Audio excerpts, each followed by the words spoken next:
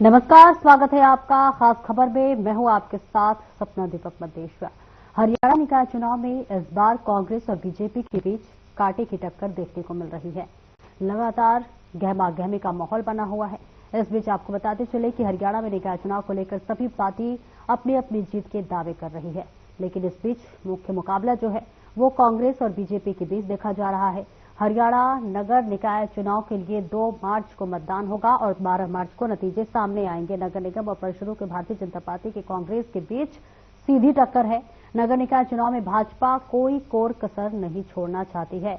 वही कारण है कि चुनाव प्रधान समिति का गठन हो गया है और जब अब संयोजक नियुक्त करना, इन फैसलों में भाजपा कहीं न कहीं नेताओं के बीच के मनमुटाव को दूर करना चाहती है और भाजपा के प्रदेश नेतृत्व में संयोजकों की सूची जारी की है और इस सूची में कैबिनेट मंत्री अनिल विज का कद बढ़ाया गया है, तो वही पूर्व राज्य मंत्री असीम गोयल के बीच में भी जो है संयोजक बनाकर राज्य चुनाव की अहम जिम्मेदारी पार्टी ने दी है।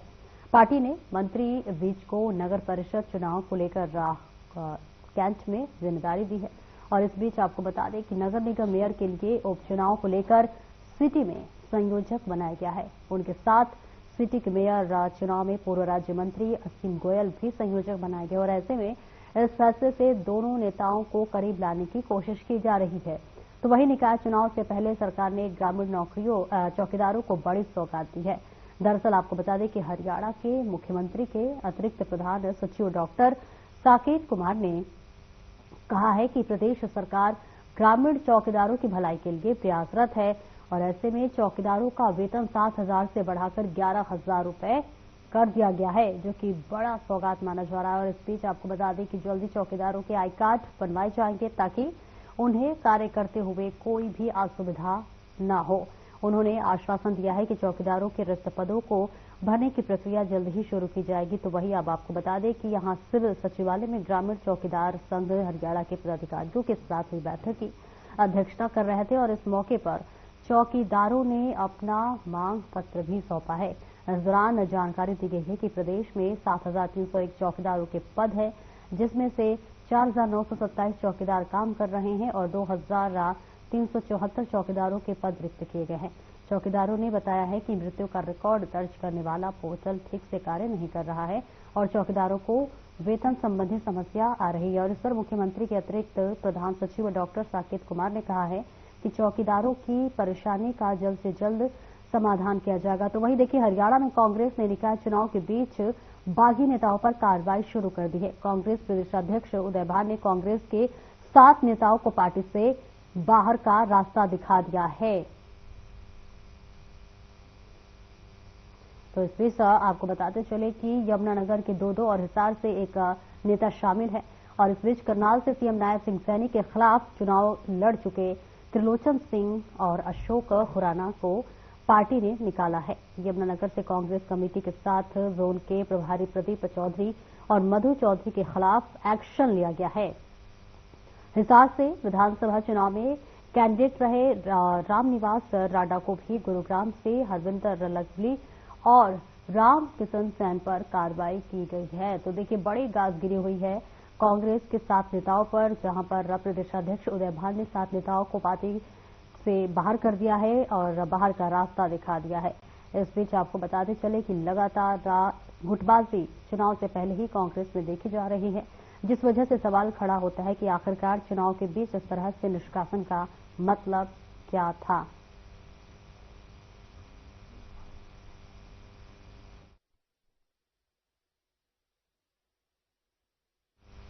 और इसी पर करेंगे चर्चा निकाय चुनाव पर और हमारे साथ खास मेहमान जुड़ रहे हैं। बीजेपी से प्रवक्ता रामराजी शर्मा हमारे साथ जुड़ रहे हैं, स्वागत है सर आपका। और कांग्रेस से नीरज गुप्ता हमारे साथ जुड़ रहे हैं, सर आपका भी बहुत बहुत स्वागत है। सवालों की शुरुआत नीरज गुप्ता जी आपसे करूंगी। देखिए, चुनाव के बीच इस तरह की कार्रवाई का क्या मतलब है? क्या कांग्रेस को लगता है कि चुनाव से पहले आपसे गुटबाजी हो सकती है? देखिए चुनाव से पहले जो कार्रवाई हुई है बागी नेताओं पे, वो होनी चाहिए। देखिए, जो ये कांग्रेस के कार्यकर्ता है, कांग्रेस के नेता है, जिन्हें कांग्रेस की विचारधारा, कांग्रेस के नाम करे पूरे प्रदेश से पहचान मिली, तो ये तो हमारा है, कांग्रेस की कार्रवाई होनी चाहिए। उन्होंने ठीक किया, मैं तो कह रहा हूँ और भी होनी चाहिए, और जिलों में भी होनी चाहिए, पूरे हरियाणा में होनी चाहिए। जो हमारी कांग्रेस के कैंडिडेट हैं और पिछले कांग्रेस के टिकट मांग रहे थे, नहीं लड़े चुनाव और बागी होकर लड़ रहे हैं, तो उन पर कार्रवाई होनी चाहिए।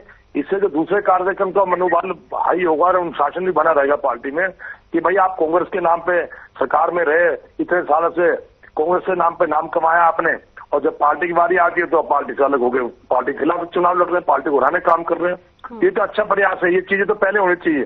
जैसा कि आप मैं कहना चाहता हूँ, अनुशासन की कांग्रेस पार्टी में थोड़ी बहुत कमी है, उसे दूर करना चाहिए, अच्छा प्रयास है।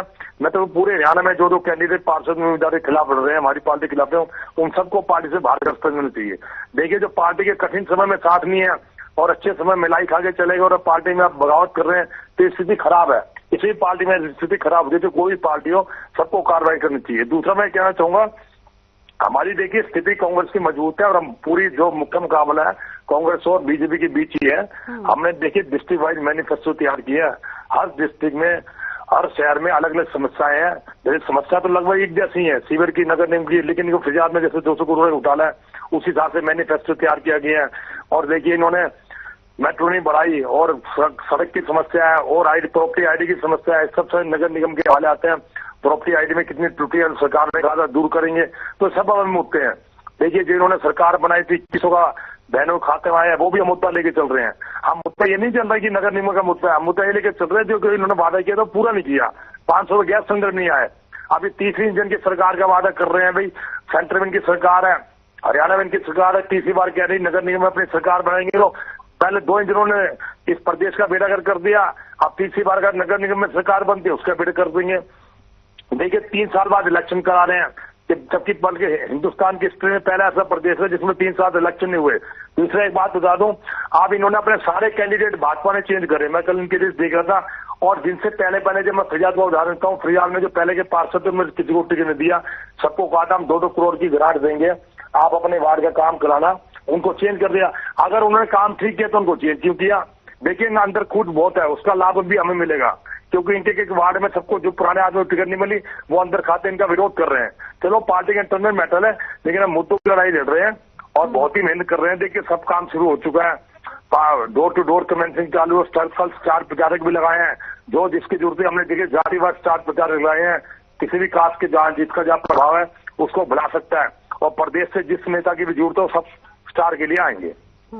जैसा कि आपने कहा नीरज जी कि बीजेपी के अंदर विरोध हो रहा है, कई नेताओं जो है वो विरोध कर रहे हैं, लेकिन बीजेपी देखिए अपने आप को हमेशा से अनुशासित पार्टी कहती है और कहीं ना कहीं उसकी बानगी भी देख रही है। कोई भी कलह होता है बीजेपी अंदर ही उसे सुलझा लेती है, लेकिन कांग्रेस का तो अब तो जमीनी हकीकत उसका सामने आ रहा है ना, क्योंकि सामने दिख रहा है सब गुटबाजी, नेताओं का निष्कासन किया जा रहा है। बोलने की आजादी है, कोई भी बोल सकता है, कोई खिलाफ कर सकता है। कांग्रेस में बोले, कांग्रेस में किसी का गला नहीं दबाया जाता, जैसे यहाँ बोल नहीं देते। मतलब आप कह रहे बीजेपी में गला दबाया जाता है?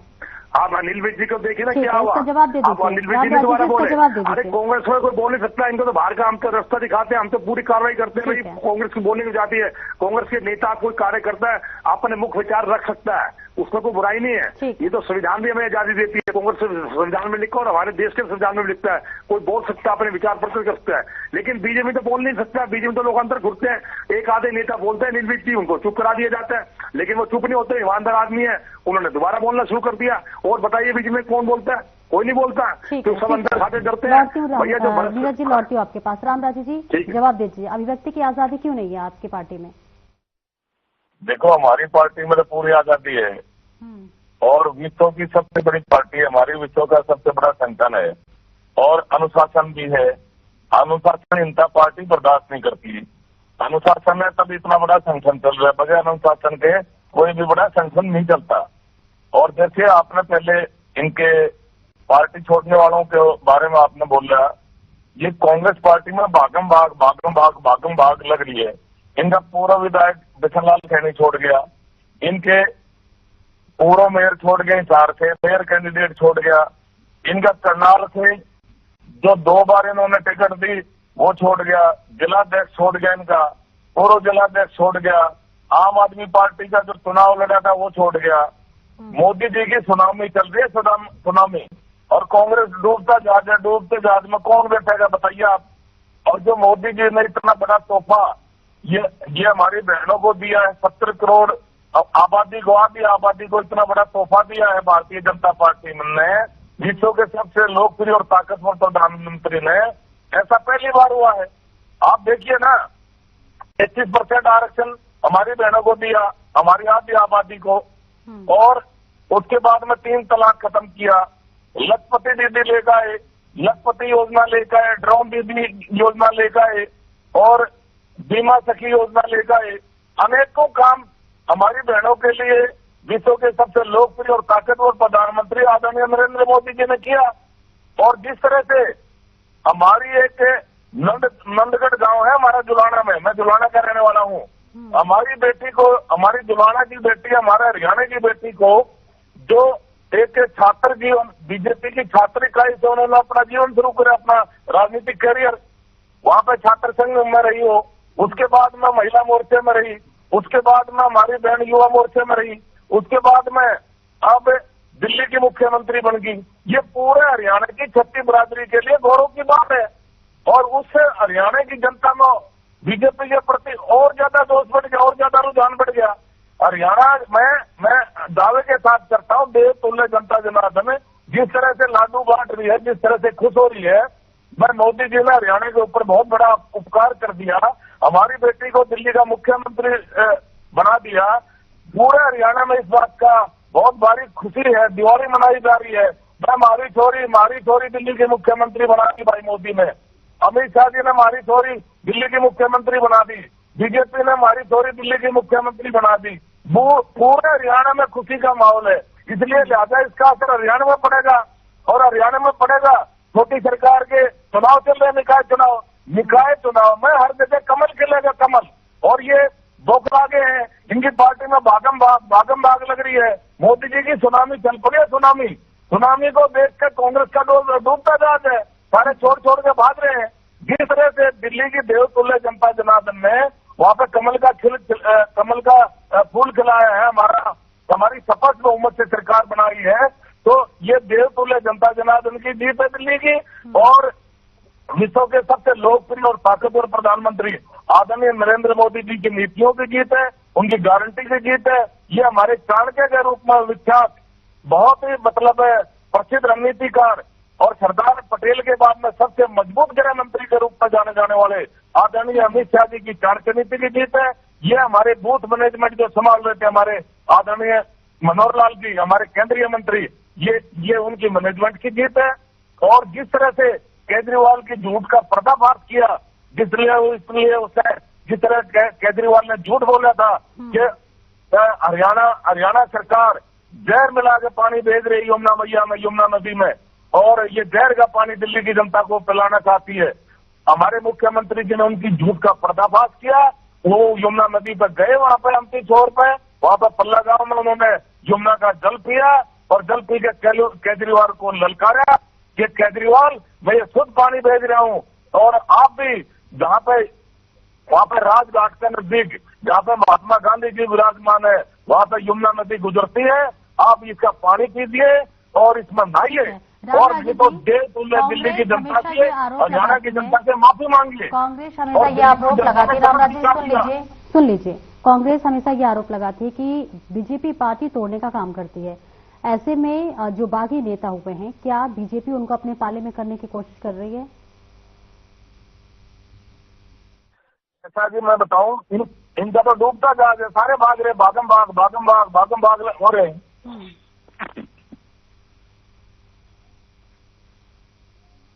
ठीक है, नीरज गुप्ता जी आपके पास आऊंगे। जी कह रहे थे इनके पार्टी में भागम भाग है, क्योंकि कहीं ना कहीं बीजेपी हमेशा से खुद को अनुशासित पार्टी कहती है। अभी एक सवाल रामराज जी से लूंगी मैं कि अनिल विज को देखिए, इस बीच उन्हें संयोजक बनाया गया, कहीं ना कहीं पार्टी को ये लग रहा है कि चुनाव से पहले कोई अंतर्कलह की तस्वीरें ना आ जाए। मुझसे पूछ रही मैडम जी? जी नीरज जी आपसे मैं पूछ रही हूँ। देखिए भागम भाग को इन्होंने वर्ड किया है, भागम की जुबान पर अगर भागम होती ना तो ये 47-48 सीटें पर न रह जाते, ये जीतते 60-70 सीटें। और जो इन्होंने कहा था 80 बार 70 बार का नारा देते थे, वो तीनों चारों इलेक्शन में बता हुए। अगर भागम होती ना तुम्हारी 37 सीटें ना आती, तो ठीक है हम 5-7 सीटों पर चूक करके आम आदमी पार्टी से हमारी 8-10 सीटें खराब हो गई, और ऐसे ही फल आम आदमी पार्टी को दिल्ली में मिला, हमारी जिनकी 10-12 सीटें खराब हो गई। तो ऐसे पार्टी नहीं, हमारी कांग्रेस बहुत बड़ी पार्टी है। अरे कांग्रेस में तो आने वालों का तांता लगा रहता है। आप वरिंदर सिंह जी को लेकर तो दोबारा अपनी पार्टी में आ गए। तो जो कांग्रेस की विचारधारा से प्रभावित लोग हैं वो सत्ता के लालच में थोड़े टाइम के लिए तो रोक सकते हैं, लेकिन लॉन्ग टाइम के बाद 3-4 साल बाद उनको अपनी पार्टी की याद आती है। अरे यार हम कहाँ आ गए, इनकी विचारधारा हमारी विचारधारा में तो फोड़ रखा भैया। यहाँ तो किसी के खिलाफ बोल नहीं सकते, घुटन महसूस करते हैं, वहां अपने विचार नहीं प्रकट कर सकते। उन्हें बाद में याद होता है कि यार हिंदू मुस्लिम की लड़ाई गिराते हैं तो आदमी से आदमी लड़ाते हैं, तो वो लौट के पार्टी में आते हैं। अधिकतर लोग हमारे वापसी आ चुके हैं और कोई जाने मतलब नहीं। और जाएगा तो भैया जाएगा, उस एक्शन के लिए आ जाएगा, उसमें क्या, कोई किसी को रोक तो सकते नहीं, कोई भी जाने के लिए स्वतंत्र है। अब ये पहले वरिंदर सिंह जी चले गए थे इनकी पार्टी में, तब तो कहते वरिंदर सिंह जी अच्छे हैं। अब वरिंदर सिंह वापसी गए तब कुछ नहीं बोलते। तो ये इनके तरह तरह के एग्जाम्पल है। देखिए दो नेताओं की पार्टी हो गए थे, नील विजय और एक दूसरे जो हमेशा जीतता है। इनकी पार्टी का स्टैंड कहाँ था? ये देखिए न्यायालयों को सारे के आए थे, उनके सारे आए थे, चौटाला जी के सारे आए थे, उनको ठिकाने लगा दिए। इस पार्टी का इतिहास रहता है, जो भी कोलैबोरेशन के साथ आता है उसको खत्म करते हैं। आप देखना बिहार में नीतीश जी भी खत्म हो जाएंगे, आने वाला टाइम बताएगा। कैसे अपने इनके प्राइम मिनिस्टर मोदी जी जो अपने साथ रखते हैं उनको चुटकारे करते हैं, शोबाजी दिखाने के लिए। आप देखिए शरद पवार जी को पानी का सिर्फ प्रोपोगंडा, पानी का गिलास भर दिया, वो तो सिर्फ पब्लिक को दिखाने के लिए जी हम उसका ख्याल करते हैं। दूसरे पे डोरे डालते हैं शरद पवार जी पे, जैसे मैं अभी टीवी देख रहा था। तो ये ऐसी हरकतें करते रहते हैं, छोटी मोटी हरकतें, लेकिन जो पार्टी की विचारधारा से हैं वो कभी नहीं जाएंगे। देखिए कांग्रेस बहुत बड़ी पार्टी है, ये तो अभी 10 साल के शासन में इतने पागल हुए जा रहे जी। अगले 30-35 साल की बात करते रहे। कांग्रेस पार्टी ने 45 साल शासन करा भैया, विकास दिखाया, और जिस विकास की नींव रखी है उसी नींव को आगे बढ़ा रहे हो। आपने कुछ नया नहीं किया, बताइए क्या नहीं किया। आप फेलियर सरकार है, 2 करोड़ रोजगार है, स्पोर्ट्स स्मार्ट सिटी बन गए। आप तीसरी बार की वादा करते हैं, दिल्ली की बात तो कर रहे हैं। दिल्ली में देखेंगे यमुना साफ होगी। आज हरियाणा सरकार को बने हुए 120 दिन से ऊपर हो गए, 21 रुपए का भी दूर तक नामो निशान नहीं, कोई उसका रोड मैप तैयार नहीं है। 500 की बहनों को सिलेंडर में कब आएंगे? और जो दिखा था गाँव में गरीब लड़कियों को स्कूटी दी जाएगी, वो नहीं मिली। तो देखेंगे अब क्या होता है। यही हम जनता के पास जा रहे हैं। अब इनके पास पूरा टाइम है, हम तो अच्छे हैं, वादे पूरे जनता की भलाई के लिए जो काम किए जिनको करने चाहिए अपने मैनिफेस्टो में पूरे करें, लेकिन हमें ऐसा, लेकिन हमें ऐसा विश्वास नहीं है। ग्रामीण चौकीदारों का जिक्र कर लिया आपने, बोला बीजेपी ने काबू किया। अब देखिए कल ही में बड़ा फैसला सुनाया गया, बीजेपी ने ग्रामीण चौकीदारों को बड़ी सौगात दी, जिसमें उनकी सैलरी 7,000 से बढ़ाकर 11,000 कर दी गई। मैं तो कह रहा हूँ जो मैनिफेस्टो में इनको जो कमी है वो पूरी करनी चाहिए। अपने मैनिफेस्टो जनता ने विश्वास किया तीसरी बार, वो मैनिफेस्टो पूरे होते हैं, लेकिन उसकी ना वो उसकी जो महत्वाकांक्षा है, जो उनकी वादे पूरे होने की जो प्रोबेबिलिटी है कम है। तो पहले 2 टर्म से प्रोबेबिलिटी नहीं पूरी हुई, 2 वर्ष के वादे पूरे नहीं हुए, तो कहां से पूरे करेंगे? मेट्रो का एग्जाम्पल है, फैजाद का मेट्रो बल्लभगढ़ से जाएगी, उसका कोई रोड मैप तैयार नहीं है। और देखिए एक गरीब आदमियों को मकान देने थे सस्ते रेट में, वो इन्होंने प्रोग्राम कैंसिल कर दिया, तो उसमें कैसे ट्रस्ट किया गया? मैं तो कहता हूँ एमपी की नॉन परफॉर्मिंग गवर्नमेंट है, ठीक है, सत्ता लग गई इनके हाथ में, सत्ता मैं तो कह रहा हूँ सत्ता आ लगे तो आप लोगों की भलाई के लिए काम करो, अपने वादे पूरे करो, हमें क्या दिक्कत है? जहां वादों को झूठ पूरे कर रही है विपक्ष आपके साथ है, जहां वादों को इम्प्लीमेंट की जरूरत पड़ेगी विपक्ष आपके साथ देगा। अच्छे काम की हम सराहना करते हैं, पहले हुड्डा साहब नहीं करिए, हम भी करेंगे। ठीक है, रामराजे जी आपके पास आना चाहूंगी। देखिए जिस तरह से चुनाव सर पर है, ऐसे में अनिल विज को संयोजक बनाया गया, उनका कद बढ़ाया गया, क्या बीजेपी को कहीं ना कहीं ये लग रहा है कि चुनाव से पहले कभी अंतरकलह ना आ जाए? देखो क्या है, चुनाव को सुचारू रूप से चलाने के लिए, बढ़िया कोऑर्डिनेशन के लिए हर पार्टी अपनी नीति बनाती है। भाई सारे उसके उम्मीदवार जीत का है, और अनिल विज जी हमारे बड़े नेता हैं, मैंने पहले भी बताया, हमारे वरिष्ठ नेता हैं, हमारे वरिष्ठ मंत्री हैं, वरिष्ठ विधायक हैं, तो लिहाजा उनको औरों को बनाया है, अनिल विज जी को बनाया। अनिल विज जी हमारे बहुत सम्मानित नेता हैं, और जिस तरह से ये कह रहे थे, हमारी पार्टी में कोई गुटबंदी नहीं है, हमारी पार्टी विश्व का सबसे बड़ा संगठन है, और सभी हमारे लिए आदरणीय है। और माननीय मुख्यमंत्री जी ने सभी की पहले मीटिंग ले ली थी, सभी एमएलए की, सभी मंत्रियों की, सभी एमपी की, सभी वरिष्ठ नेतागण की, और सबकी पहले ड्यूटी लगा दी थी कि भाई जनता के बीच में रहें, जनता के समस्याओं का समाधान करें, और मोदी सरकार जीते। और जिस तरह से उन्होंने अधिकारियों की भी पहले आवश्यक दिशा निर्देश जारी कर दिया था, फर्स्ट आवर्स में वो समाधान शिविर का नाम दिया था, वह जनता की समस्याओं का समाधान करें, और लिहाजा अधिकारी कर रहे हैं, उसके रिजल्ट भी आ रहे हैं। मैं जिस तरह से जनता का आशीर्वाद मिल रहा है, मैं आपके दावे के साथ कह रहा हूं, जिस तरह जनता का आशीर्वाद मिल रहा है, तो छोटी सरकार हमारी बनेगी, हर जगह कमल खिलेगा। और ऐसे ही हम जनता की सेवा करते रहेंगे। जनता हमारे को आशीर्वाद देती रहेगी।